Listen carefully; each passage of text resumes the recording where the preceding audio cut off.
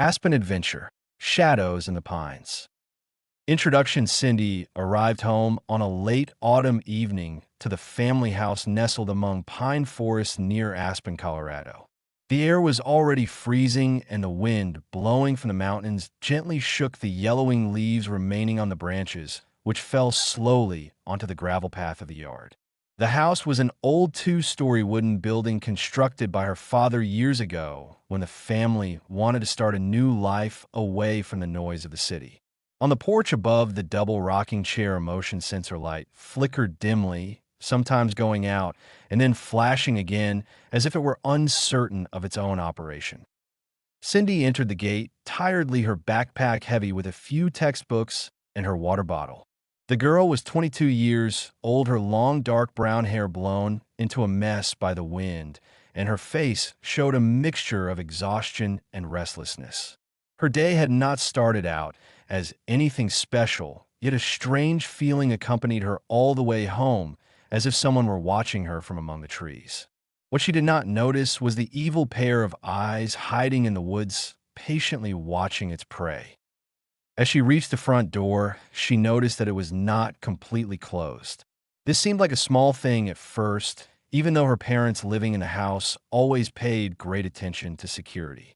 Cindy slowly pushed the door, which gave way with a slight creak. The interior was dark with only a dim light filtering from the living room, trembling slightly in the movement of the outside wind. The inside of the house radiated a warm atmosphere smelling of wood and wax, and old family photos hung on the walls showing peaceful summers at nearby lakes. Cindy's footsteps echoed softly on the wooden floor as she went further in. Reaching the living room, however, she stopped because the sight that greeted her immediately changed her entire life. The furniture was out of place, the sofa pushed to the side, as if it had been swept away with enormous force. Papers lay scattered on the ground, and some of the family photos, torn from the wall, lay broken in pieces on the floor. There was a strange cold draft in the air, as if someone had been standing there recently and sucked all the warmth out of the room. The books thrown off the shelf lay open on the ground. Cindy's heart began to beat fast, and she started calling her parents softly, but only the emptiness of the house answered. She ran to the kitchen where the light was still on, but reddish-brown spots were visible on the counter, which she did not want to look at more closely. The back door was half open, and through it one could see into the dark forest where a thick fog descended among the trees. Then she heard the sound. I hope you are enjoying our new story. Please subscribe to our channel so we can continue to thrill you with more tales and help you pass those boring moments with a chill. Drop a like on this video and let us know in the comments what you liked best about this particular story. We truly appreciate your support. Now let us continue. It was not a human cry, rather, it was as if the walls of the house themselves groaned for a moment. The sound came from the basement, slowly, dully, repeatedly, as if something down they were trying to get up. Cindy did not go down, but instinctively began to back away and headed toward the front door, while the fear grew stronger in her chest. As she got out into the yard, the wind suddenly became stronger, and the branches of the pines began to crack.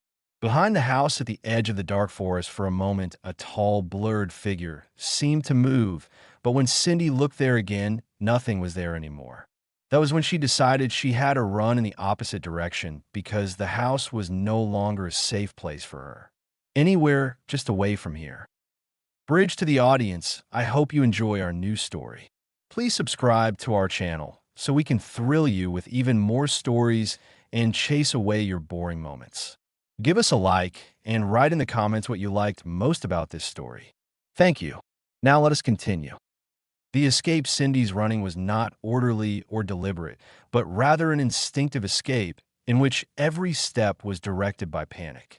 The gravel road, leading down from the house through the forest, now seemed sharp and relentless under her feet. The trees stood thick on both sides, their branches closing over her, as if they wanted to hide the sky from her. Meanwhile, the girl recalled her family in her head again and again.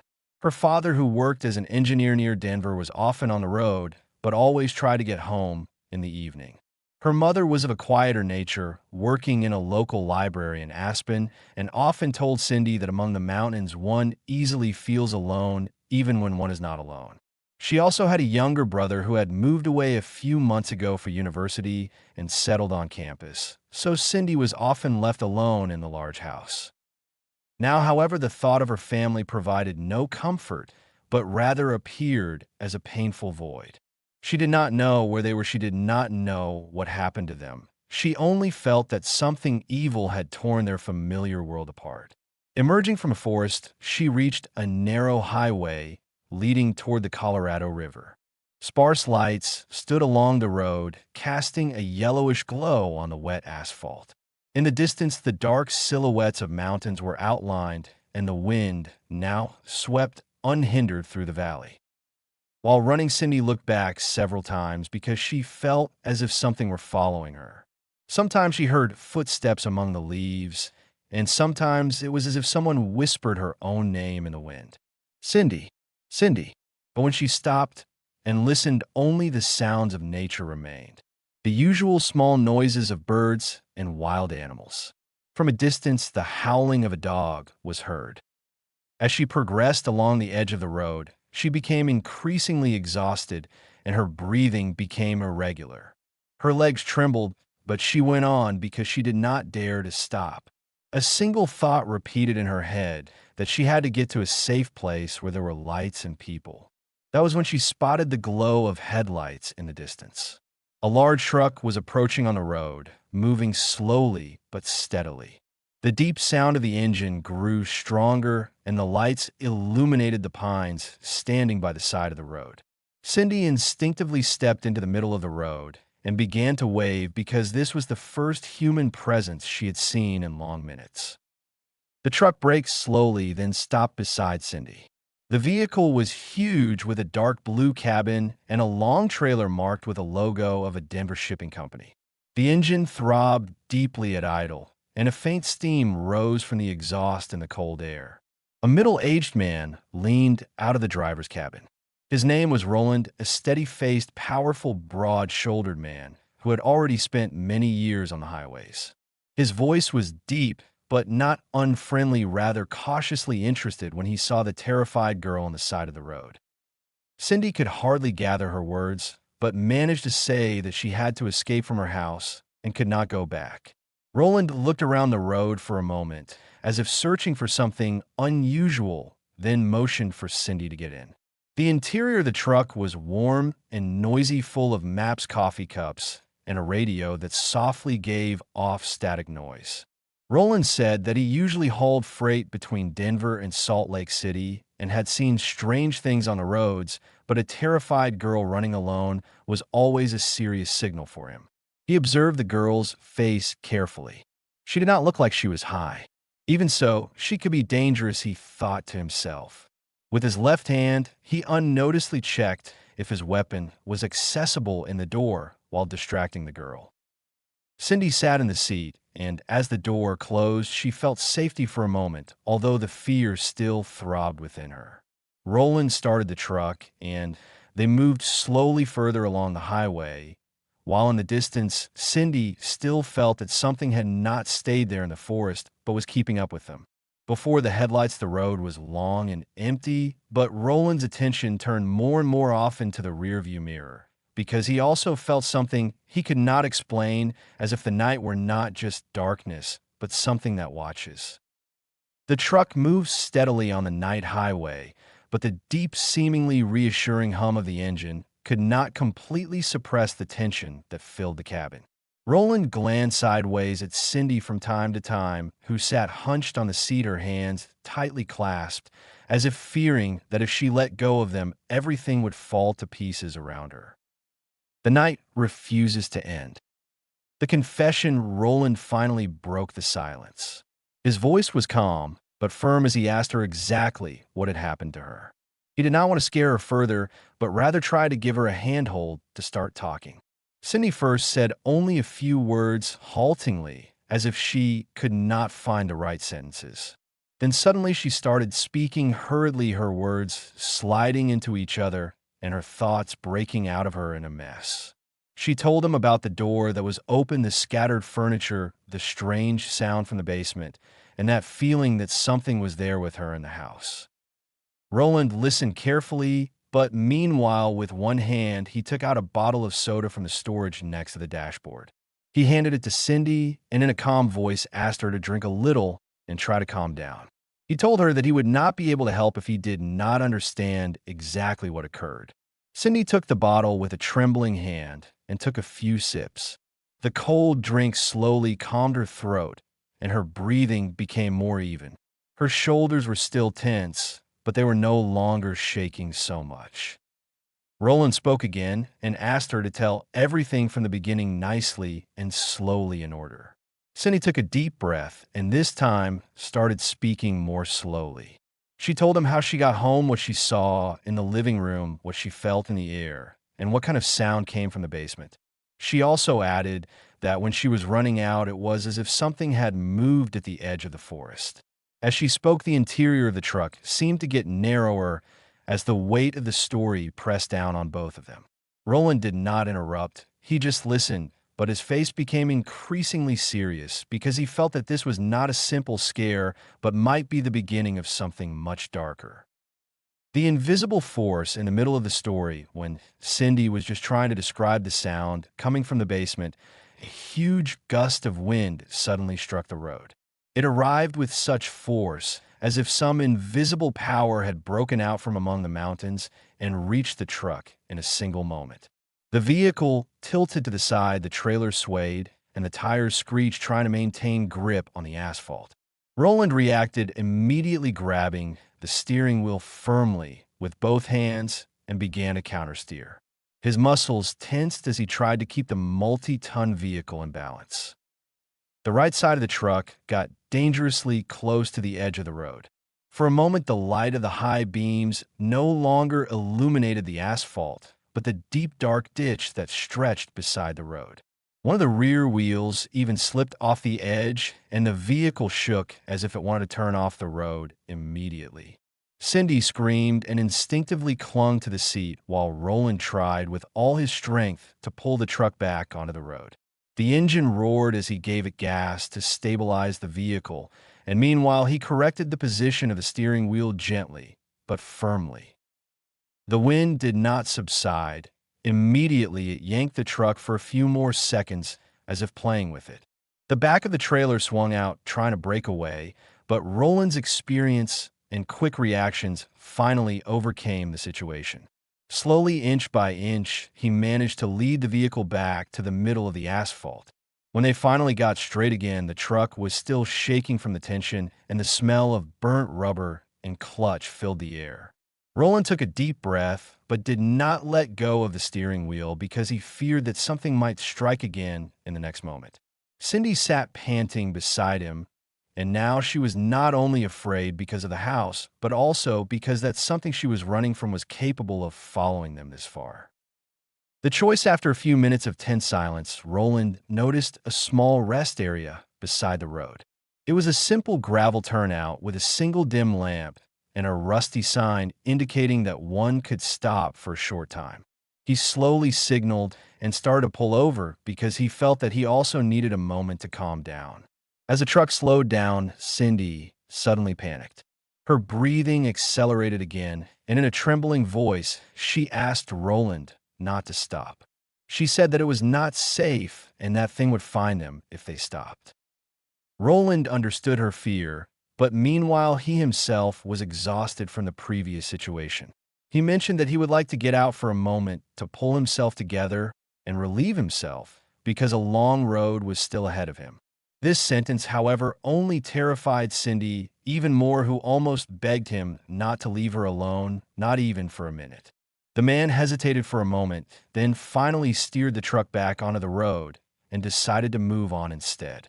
With one hand, he held the steering wheel, and with the other, he took the soda bottle that Cindy held toward him. He drank a few sips while driving, then gave the bottle back. Cindy carefully screwed the cap back on, and when Roland looked at her for a moment, he saw gratitude in the girl's eyes. She softly thanked him for not stopping and for not leaving her alone. The tension was still there between them, but now a kind of trust also began to develop. Roland then asked if Cindy knew where she wanted to go, or if there was someone they could call. The girl shook her head, so Roland said that he was originally headed towards Salt Lake City, where he had to deliver the goods to a warehouse. He added that if necessary, he would turn off the road, and they would look for a safe place, but first they had to get out of this dark section. Perhaps they should look for the nearest police station. He asked Cindy if she knew which way it was. Cindy just shook her head. The road to the summit, the truck climbed higher and higher on the road, leading into the mountains where the depth of the valley slowly disappeared behind them and the darkness seemed even denser. Roland, then driven by a sudden thought, took his mobile phone from the holder next to the dashboard and handed it towards Cindy. He told her that they should try to call the police, because if anything happened at the house, it must be reported. He asked Cindy to look up the number of the nearest police station on the internet and call them. Cindy took the phone with a trembling hand and started searching quickly. The light of the screen dimly illuminated her face while the truck continued to hum beneath them. After a few seconds, she found a number and dialed it immediately. The line rang, then someone picked up, but the voice was fragmented. Cindy tried to speak, but her words got through distorted, as if her voice were being broken into pieces by the poor reception. They were deep in the valley where the signal was weak, and the conversation became almost unintelligible. Only confused fragments of sound were heard on the other side. Then the connection was cut. Roland then set a hold on, because if they reached the top of the incline, the signal would be better. The truck climbed slowly upward, the engine working with effort, while the dark mountainside became steeper. When they finally reached a higher point, Cindy tried again. This time the line was clearer, and they managed to get in touch with the police. Cindy quickly told them where they were and that something was chasing them, but she had hardly finished the sentence when a huge cracking sound was heard in front of them. A giant tree fell onto the road directly in front of the truck. Roland braked immediately, and the vehicle came to a screeching stop just a few meters from the truck. The road was narrow with a steep slope and dense forest stretching on both sides, so there was no chance to turn around. Cindy was still talking into the phone, now desperately repeating their situation. The police remained on the line and tried to calm them while saying they were starting a unit. And then it happened. A massive blow shook the truck on Cindy's side. The window suddenly exploded into shards, as if some brutal force had smashed into it from the outside. The cold air burst into the cabin, and with it a dark, slimy shadow appeared in place of the broken glass. The silent abyss. The breached Cindy's scream filled the cabin, but her body did not obey her. She froze with terror, unable to move even an inch. Her eyes dilated as she saw the creature that was trying to get inside through the window. The head of the monster was distorted and unnatural, its skin dark and wet as if constantly covered in slime. Long, translucent saliva dripped from its mouth while it made low, growling sounds. Its eyes reflected no human emotion, only empty, cold observation. Roland reacted immediately. With a single movement, he reached over towards Cindy, grabbed her arm, and pulled her toward the back of the cabin where his bed was located.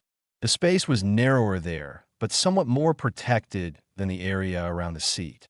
Cindy's body was still stiff, but Roland held her firmly, as if he could hold back the dread itself. Meanwhile, the monster pushed further in its head, already completely inside the cabin. Its saliva dripped onto the dashboard, and an unpleasant metallic smell lingered in the air. Roland then drew his weapon. His movement was practiced, as if it were not the first time he found himself in a dangerous situation. He took aim, then pulled the trigger. The sound of the shot was deafening in the enclosed space. The bullet hit the creature, which immediately emitted a sharp, almost unbearable screeching sound. The sound did not just ring in their ears, but seemed to echo inside their heads. At the massive roar, Cindy began to scream again. She pressed her hands to her ears. Terror shone from her eyes. The monster retreated, but remained at the window for a moment, as if weighing whether to attack again. Then it suddenly vanished into the darkness, as if it had never been there. Roland did not waste time. He leaned forward and took a shotgun from the storage behind the cabin. He loaded it with quick, determined movements while constantly watching toward the window. The silence that followed was even scarier than the attack itself. Cindy slowly regained her composure, but she was still trembling. Roland, however, stood ready because he knew this was not over yet. The wind whistled into the truck, bringing cool raindrops through the broken window. Roland spread a blanket over Cindy. He kept his weapon in constant readiness. He turned off the radio and listened to every sound. Suddenly, the sound of a helicopter broke the silence. The arrival of the police was not immediate, but when the flashing lights finally appeared in the bend of the road, they both felt that maybe they had a chance to survive the night. The vehicles approached slowly, then stopped in front of the fallen tree. A rescue unit arrived with them, and they immediately got to work. The sound of chainsaws cut the night in two as they sliced the thick trunk into pieces. Meanwhile, the police surrounded the area, scanning the forest with lights, as if searching for something, but they found nothing.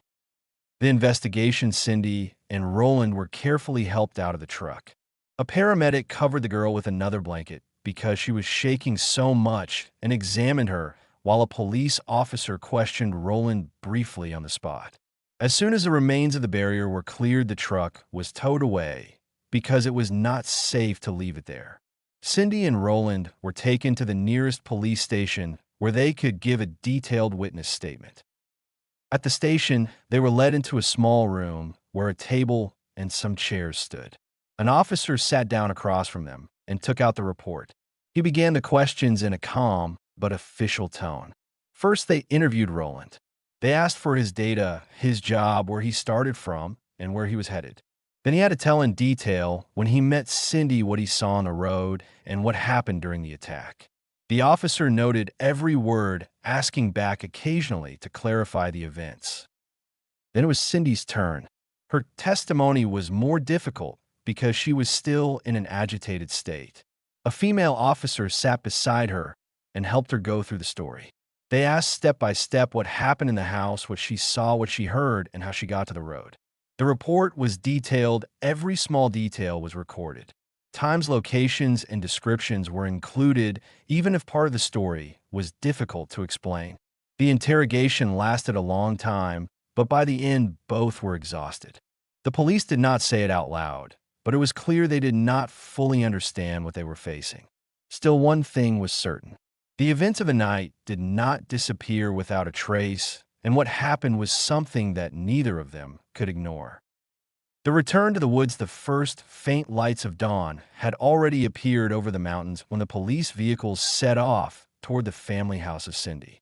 The air was cold and clear, but the silence surrounding the area seemed more oppressive than the darkness of the night.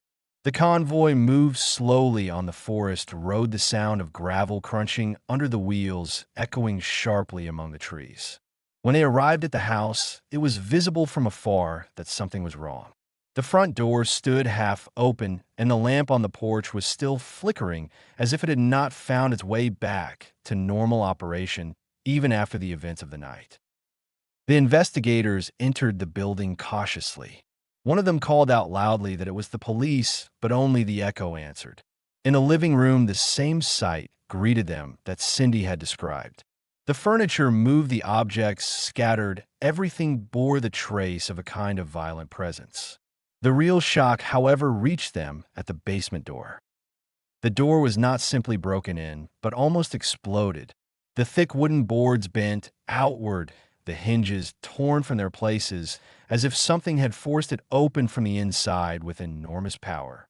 One of the experienced investigators softly remarked that this required a strength that an average adult male could not exert.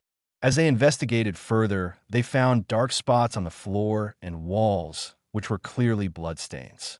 The traces were not scattered, but led in one direction, as if someone or something had been dragged through the house. The investigators followed the signs all the way to the back door, then beyond it out into the yard. Deep streaks ran on the ground, which continued in the grass, then led toward the forest. The team moved forward in silence, everyone listening and reacting to every small sound. The thicket of the forest, however, did not give an easy answer. The tracks were followable for a while, then became increasingly faint. And then from somewhere among the trees, a deep animalistic howl was heard. The sound did not resemble any known animal. It was long distorted and threatening, as if something were simultaneously alive and not. The investigators stopped, placed their weapons in readiness, and listened in the direction of the sound, but they saw nothing. When they moved on, the tracks led to the edge of a ravine. The ground broke off suddenly here, and a deep dark abyss gaped below them. The dragging marks lasted until this point, then simply disappeared. There were no further signs, nothing that would indicate where whatever did this went next. The investigators walked around the area, but found no continuation. It was as if the earth had truly swallowed the parents of Cindy. Then the thermal cameras were brought out. They combed the surrounding forest with the devices, slowly scanning every single square meter. On the displays, however, only the trees and the cold ground appeared, nothing else. There was no movement, there was no heat source that could have given an explanation for what happened. The search lasted for hours, but ended without result. The investigators finally returned to the house, where they stood in silence for a while, as if they were all thinking the same thing, but no one said it out loud. The reports were finished, the files were closed, but the story received no real explanation. The parents of Cindy disappeared without a trace, and that thing which snatched them away never appeared again. The case was later closed as an unsolved matter. Cindy and Roland survived the night, but the shadow of the events stayed with them. Sometimes when the night was too quiet, they both thought of the same thing, of that sound in the forest, of that gaze beyond the window, and of the fact that there are things it is better not to know about, because once a person meets them, they can never forget again.